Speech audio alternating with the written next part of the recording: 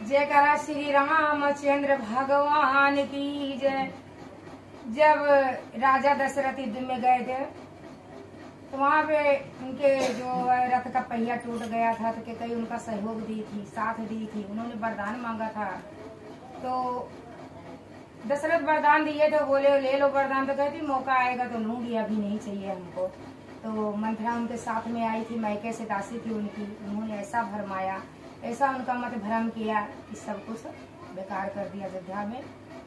तो देखो कैसे कैसे हो रहा, आगे आगे क्या क्या चल रहा है। इस भजन के माध्यम से आप समझना, सुनना, आनंद लेना, कमेंट में लिख के जरूर बताना। जयकारा श्री रामचंद्र भगवान की। ओके कई मांग रही बरदान, दशरथ फूट फूट कर रोए। कई मांग रही बरदान, दशरथ फूट फूट कर रोए।